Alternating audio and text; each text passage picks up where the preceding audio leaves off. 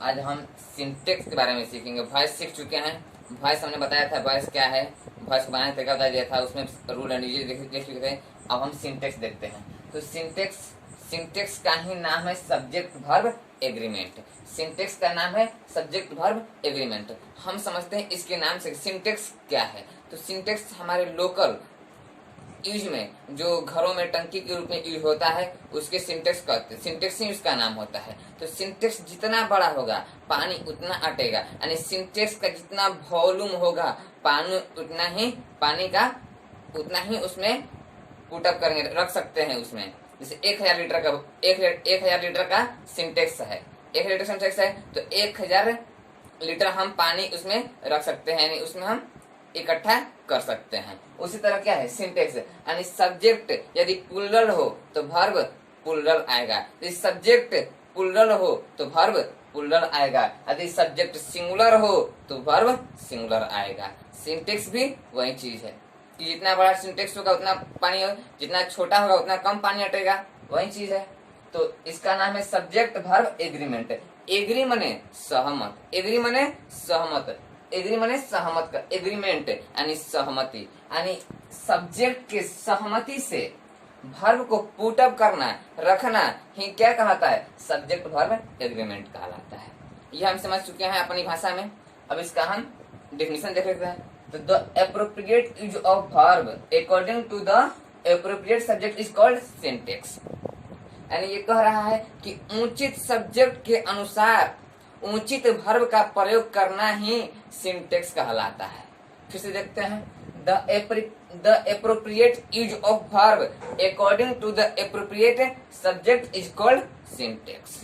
यानी उचित सब्जेक्ट के अनुसार उचित वर्ब का प्रयोग करना ही सिंटेक्स कहलाता है। ये चीज हम समझ चुके हैं। अब देखते हैं नेस्फील्ड। नेस्फील्ड क्या है, एक ग्रामेरियन है, यानी व्याकरण है। ठीक, ग्रामेरियन है। उनका सेंटेंस देखिए, इसको डेफिनेशन देते हैं।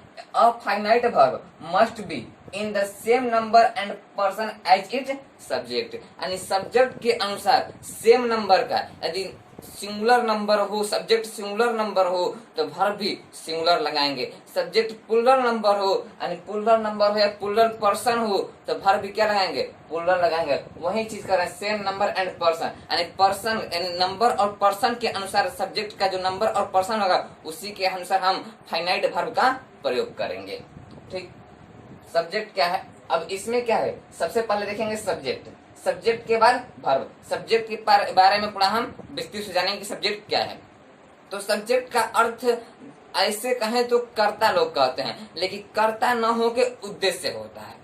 कर्ता न होकर के इसका अर्थ उद्देश्य, कर्ता नहीं होता है। ठीक, कर्ता नहीं होता है सब्जेक्ट का अर्थ। उद्देश्य माने क्या, कोई चीज लक्ष्य बनाना, उद्देश्य। तो वही चीज है, the part of a sentence for which a verb is used is called subject of the sentence. ठीक, यानी क्या है, the part of sentence for which, यानी the part of sentence for which a verb is used, यानी क्या है, subject के लिए जो वर्ब यूज होगा, सब्जेक्ट के लिए जो वर्ब सेंटेंस में सब्जेक्ट के लिए यूज होगा वो क्या कहलाएगा, तो सब्जेक्ट कहलाएगा। Is called subject of the sentence. यानी वर्ब का सेंटेंस में प्रयोग किसके अनुसार होगा, तो सब्जेक्ट के अनुसार। वही सब्जेक्ट यानी उद्देश्य वही कहलाता है। और इसके दो प्रकार, सेंटेंस के दो पार्ट होते हैं, उद्देश्य और विधेय। उद्देश्य और विधेय, जो सब्जेक्ट होता है और एक प्रेडिकेट होता है। सब्जेक्ट और प्रेडिकेट, सब्जेक्ट माने उद्देश्य, प्रेडिकेट माने विधेय। ठीक, आप समझ आया। अब देखेंगे कि प्रेडिकेट कौन है, सब्जेक्ट कौन है, ये भी हम देखेंगे आगे। तो सबसे पहले देखते हैं हु एम आई, मैं कौन हूँ। यानी मेरी बात किया जा रहा है तो मैं क्या हूँ, सब्जेक्ट बना। सब्जेक्ट मेरे लिए अब वर्ब आएगा, यानी जो मेरे अकॉर्डिंग वर्ब आएगा, आई के साथ क्या आएगा, तो एम आएगा।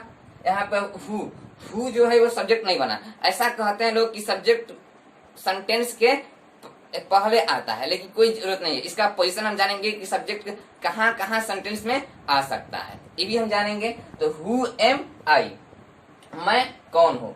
हु आर यू, तुम कौन हो, यानी ये क्या है, आर किसके लिए आया है, यू के लिए आया है, यानी क्या है, बाद में है, ये सब्जेक्ट सेंटेंस के बाद में है।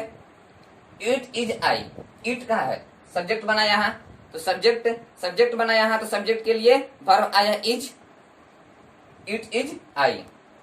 यहाँ भी आई है, लेकिन आई सब्जेक्ट न बन करके क्या बना, इट बना सब्जेक्ट, और इट इज यू, यू क्या है, सिंगुलर प्लूरल वर्ब है, तो लेकिन क्या हुआ, इट बना यहाँ सब्जेक्ट, तो सब्जेक्ट के अनुसार सिंगुलर वर्ब, ये सिंगुलर सब्जेक्ट हुआ, इसके लिए सिंगुलर वर्ब का हम प्रयोग करेंगे, इट इज यू। ठीक, ये चीज समझ में आई होगी आपको। अब देखते हैं कि सब्जेक्ट के पार्ट कितने हैं। तो सब्जेक्ट के दो पार्ट, डूअर और ऑब्जेक्ट। डूअर माने करता, डूअर माने करता, ऑब्जेक्ट माने कर्म। डूअर माने करता, ऑब्जेक्ट माने कर्म। ऑब्जेक्ट जो होता है नॉन डूअर कहलाता है, नॉन डूअर। ठीक, ऑब्जेक्ट नॉन डूअर होता है। तो अब डूअर, डूअर इसको लिख देते हैं करता, और ये कर्म। ये चीज हम वॉइस में सीख चुके थे। ठीक, तो देखते हैं एग्जाम्पल इसका। तो वी प्ले क्रिकेट, हम लोग क्रिकेट खेलते हैं, यानी जो हम लोग हैं वो खुद क्या कर रहा है, काम कर रहा है, डूअर है, कर्ता के रूप में काम कर रहा है, करता है। वी प्ले क्रिकेट, वो हम लोग क्रिकेट खेल रहे हैं। चीज समझ में आ रही है। तो आगे देखते हैं object example. Cricket is played by us, इसी का क्या है, पैसिव वॉइस है, बी प्लस V3 वॉइस हम सिखा चुके हैं ये चीज। तो क्रिकेट क्या है, जब यहाँ ऑब्जेक्ट ये बनकर था, यहाँ ये क्या हुआ, सब्जेक्ट बनकर आया। लेकिन क्या सब्जेक्ट, क्रिकेट सब्जेक्ट बनकर आएगा, लेकिन करता तो डूअर तो नहीं होगा, वो क्या होगा, बल्कि दूसरे से कराएगा, किसी के अधीन वो काम करेगा, न कि वो खुद करेगा।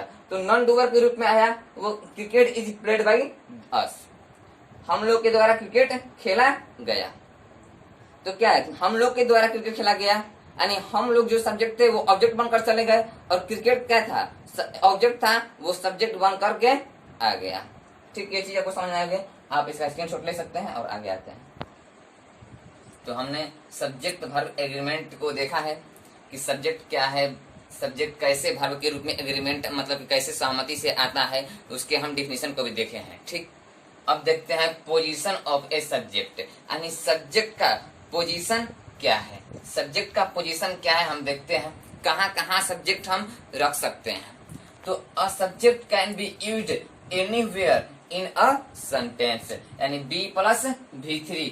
कैन क्या है, मॉडल वर्ब है, कैन क्या है, मॉडल वर्ब है, बी प्लस V3, एक्टिव नहीं पैसिव। हम वॉइस पूरे लगभग 7 पार्ट में हम बताए हुए हैं।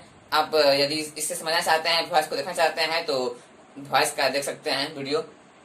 तो a subject can be used anywhere in a sentence, in a sentence यानी वाक्य में, यानी सेंटेंस में सब्जेक्ट कहीं भी प्रयोग किया जा सकता है, किया जा सकता है, यानी आ जाना, एक्टिव नहीं पैसिव।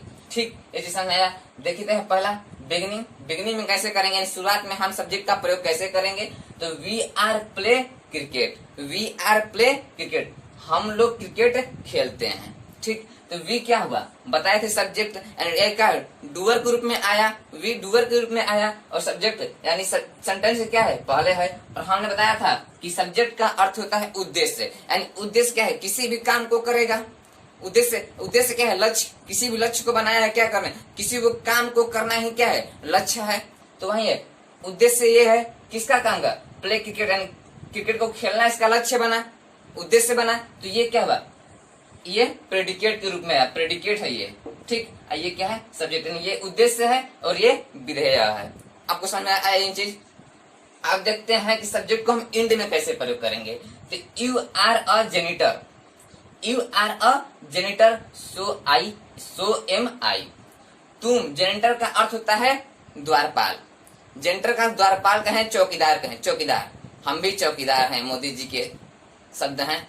तो वही है, यू आर ए जेनिटर, तुम एक चौकीदार हो। सो एम आई, यानी मैं भी हूँ, मैं भी हूँ। तो ये क्या है, लास्ट में आया सब्जेक्ट बन करके, और ये उसके लिए वर्ब हमने पुट कर दिया, सब्जेक्ट के अनुसार वर्ब कर दिए। आई के साथ क्या आता है, एम आता है, हो गया। मिडल में देखते हैं, मिडल में कैसे हम सब्जेक्ट को रखते हैं। What does she want, what does she want, वह क्या चाहती है, वह क्या चाहती है। तो क्या बात, सी सब्जेक्ट बनकर आया, सी सब्जेक्ट बनकर आया और ये क्या है, वर्ब के रूप में आया, जो एक्सिलरी वर्ब के रूप में आया। सी, व्हाट डज सी वांट, यानी वह क्या चाहती है। तो वह है, वह उद्देश्य है, वह क्या चाहना क्या है, उसका उद्देश्य क्या चाहती है। तो ये सब्जेक्ट के रूप में आया, देख लिया मिडिल के रूप में। अब देखते हैं कि सब्जेक्ट क्या क्या हो सकता है, सब्जेक्ट क्या क्या हो सकता है। तो what all can be subject, subject क्या क्या हो सकता है, यानी व्हाट ऑल का अर्थ होता है क्या क्या, क्या क्या। व्हाट ऑल का अर्थ फ्रेज के रूप में आया, व्हाट ऑल का अर्थ क्या क्या, सब्जेक्ट क्या क्या हो सकता है। ये देखेंगे तो नाउन हो सकता है, प्रोनाउन भी हो सकता है, एडजेक्टिव नहीं होगा, एडवर्ब भी नहीं होगा, वर्ब भी नहीं होगा। कैसे हम वर्ब को प्रयोग करेंगे, सब्जेक्ट के अनुसार ही तो वर्ब का प्रयोग करना है हमें, तो वर्ब सब्जेक्ट के रूप में आएगा नहीं। प्रीपोजिशन, प्रीपोजिशन सब्जेक्ट की पोजीशन बताता है, ये तो आएगा ही नहीं। कंजक्शन भी नहीं आएगा, इंटरजेक्शन भी नहीं आएगा।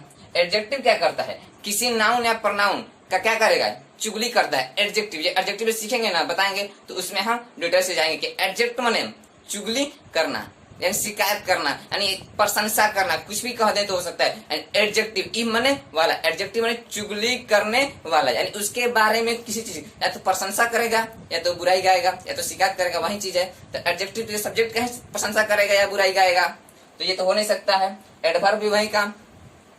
अब देखते हैं सब्जेक्ट, सब्जेक्ट क्या क्या हो सकते हैं। हमने देखा यहाँ कि नाउन और प्रोनाउन हो सकते हैं, यहाँ नाउन और नाउन इक्विवेलेंट। तो नाउन इक्विवेलेंट में ही क्या आएगा, प्रोनाउन आ जाएगा। तो नाउन इक्विवेलेंट में 7 से 8 लगभग हम स्ट्रक्चर यानी नाउन को जानेंगे कि नाउन इक्विवेलेंट क्या क्या है, हम देखेंगे, ठीक है। तो अभी देख लेते हैं नाउन। तो नाउन क्या है, नाउन एक लैटिन वर्ड है, नाउन एक लैटिन वर्ड है जिसका इंग्लिश मीनिंग होता है नेम। नेम कहें तो हिंदी मीनिंग हो गया नाम, यानी नाउन क्या है, नाम है, यानी किसी का भी नाम बताना ही नाउन कहलाता है, ठीक, ये हो गया। और नाउन इक्विवेलेंट, नाउन इक्विवेलेंट क्या है तो नाउन के समान, यानी नाउन के समरूप, यानी रूप क्या हो, समान हो, रूप क्या हो, समान हो। तो नाउन इक्विवेलेंट को हम दूसरे पार्ट में देखेंगे कि नाउन इक्विवेलेंट 7 से 8 स्ट्रक्चर देखेंगे हम। तब तक यदि ये वीडियो पसंद आया हो तो लाइक, शेयर और कमेंट, सब्सक्राइब भी कर दीजिएगा मेरे दोस्त। धन्यवाद।